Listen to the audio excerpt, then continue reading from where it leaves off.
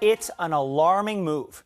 President Donald Trump has ordered the U.S. military to start nuclear tests on American soil after the program was shuttered more than 3 decades ago.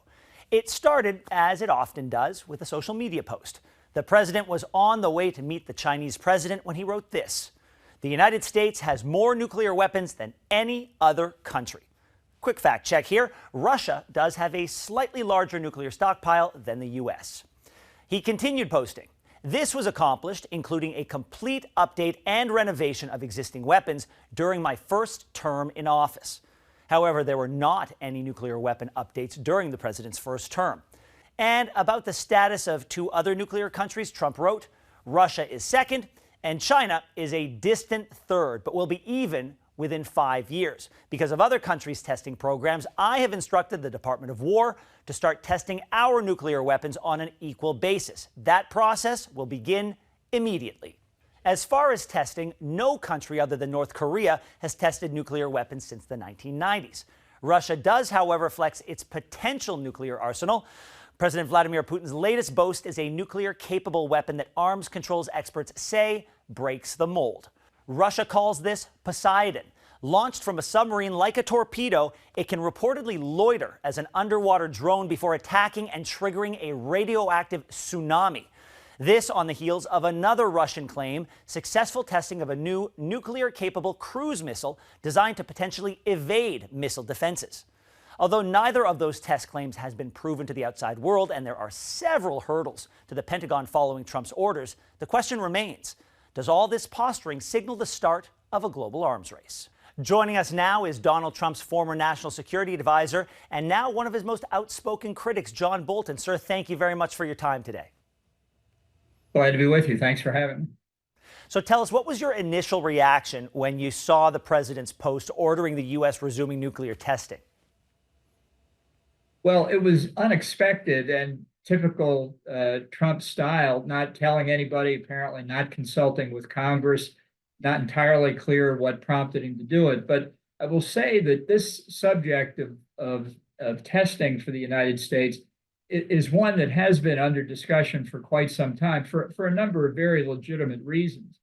Whether Trump fully understands that or not, I don't know. But this is an important subject, and I think it's worth explaining to people why testing might be necessary. Well, tell us, why might it be necessary? Well, let me say first, this is underground testing that we're talking about. We're not talking about atmospheric testing at all.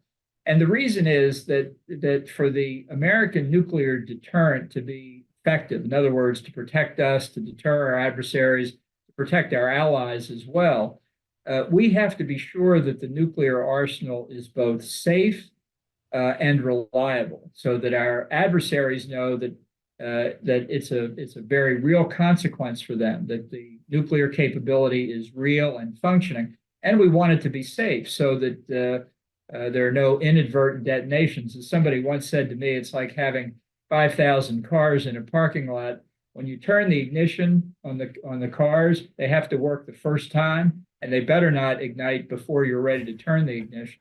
So what we're talking about here is the effect of these nuclear weapons existing for years, decades in some cases, with the fissile material, uranium or plutonium, surrounded by high explosives for all this time. The radioactive emissions from the plutonium or the uranium heat the explosive and can cause chemical changes. So what we want to know is what is the effect on the safety and reliability of the weapon? This is not necessarily to design new weapons, it's to make sure the ones we have work when they need to work. That strengthens the deterrent. Our adversaries know that, and therefore it can be more convincing than simply saying we have confidence that they're safe and effective. We can, by testing, show that. Well, you mentioned that he didn't run this by Congress. And of course, in his social media post, he name-checked Russia and China. So you'll pardon the pun, but could this heat things up both politically and on the international front? Well, look, this is a question certainly for Russia that they have to face as well. They have an aging nuclear arsenal. China does not. There are also questions, and this has been debated publicly for a long time, whether Russia, China, and other countries, we know in the case of North Korea, they have done nuclear tests, but have the Russians and the Chinese done nuclear tests that we haven't uncovered?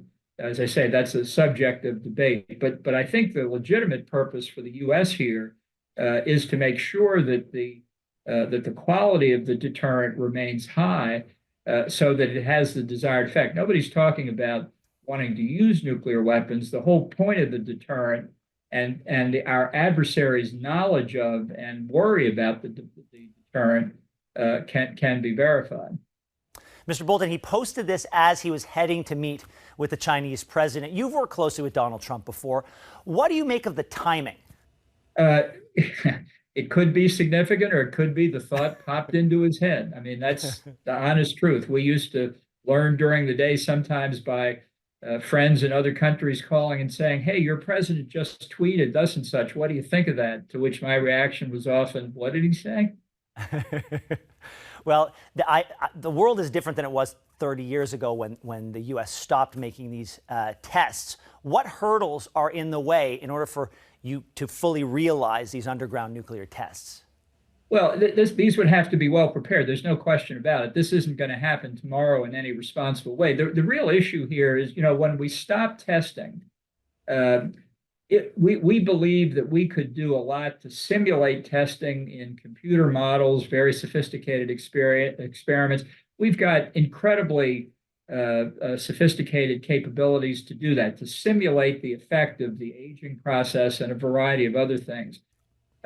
So nobody's arguing for testing just for frivolous reasons. But after a long while, no matter how sophisticated our models are, no matter how good our scientists are, and they're the best, if I may say so, there's nothing like a real test, either to prove that we're okay or to uncover problems that we may need to resolve, again, with the objective of making sure the deterrent functions as it should to prevent our adversaries from trying to take advantage of us or our allies. Do you have any concerns with Donald Trump ordering this at all? As you said, it makes sense on one level, but we're not quite sure the reason behind it. Is there any cause for concern? Well, I think there's cause for concern if our adversaries misunderstand it. This is something new. I mean, there's no doubt in Peking and Moscow, they know we've been talking about this among experts on the subject for a long time. The first time, to my recollection, in about 30 years, a U.S. president has talked about it.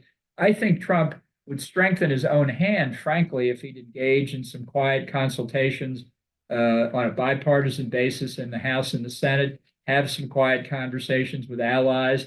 I think there's a perfectly good justification for testing. I've just tried to lay it out briefly. And I think you could do that in a way that would bring far more general approval of doing it than Trump just tweeting it out one day. Well, earlier this month, you posted that U.S. allies should know, quote, Trump is an aberration in American politics. What did you mean by that?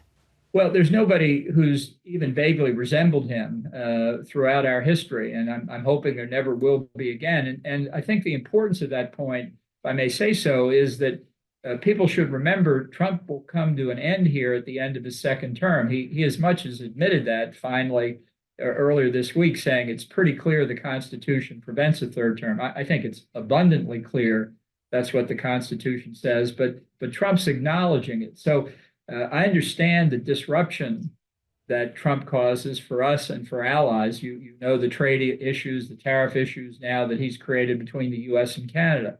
But the fact that Trump's doing it today does not mean that his successor, whether Republican or Democrat, will behave the same way. So I would just urge our friends to grit their teeth and say this too shall pass at some point, and let's think about what comes after that, how to minimize the damage now and how to repair it later.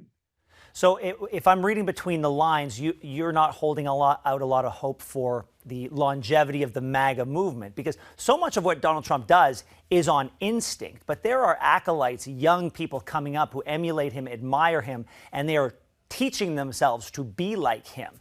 You don't think that there is another generation, a Trump 2.0 out there somewhere? Well, I think it's certainly possible. I think it's possible on the Democratic side too. That's part of the downward spiral that Trump's behavior creates.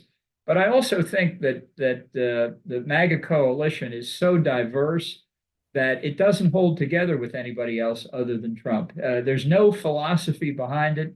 Certainly in foreign affairs, there's no national security strategy behind it.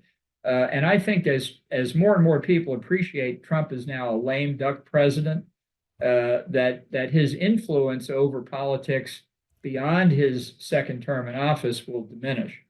Well, Ottawa and Washington have been hitting a lot of rough patches in their relationship. As a former Trump aide, what advice would you give to our government as far as sitting opposite the table with him for these protracted trade negotiations that can and will take months to come?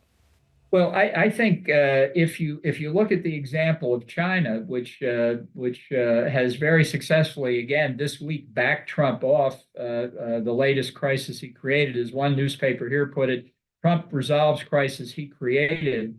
I think that shows how to do it. I understand how difficult the behavior can seem. As a Ronald Reagan conservative, it's amazing to me the reaction that was produced in Trump by seeing the Ontario commercial. It shows he knows how vulnerable he is to the many Republicans who still agree with Ronald Reagan on trade and many other things.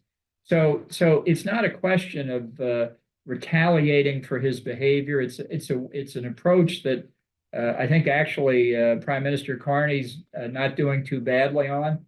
Trump said again as recently as today he thought he and Carney had a good personal relationship, which in Trump's mind is the most important thing. Forget economic policy, forget national security. Trump believes if he has a good personal relationship with another foreign leader, then U.S. relations with that country are good. So you have to give Carney points for that. Thank you very much, John Bolton. Glad to be with you.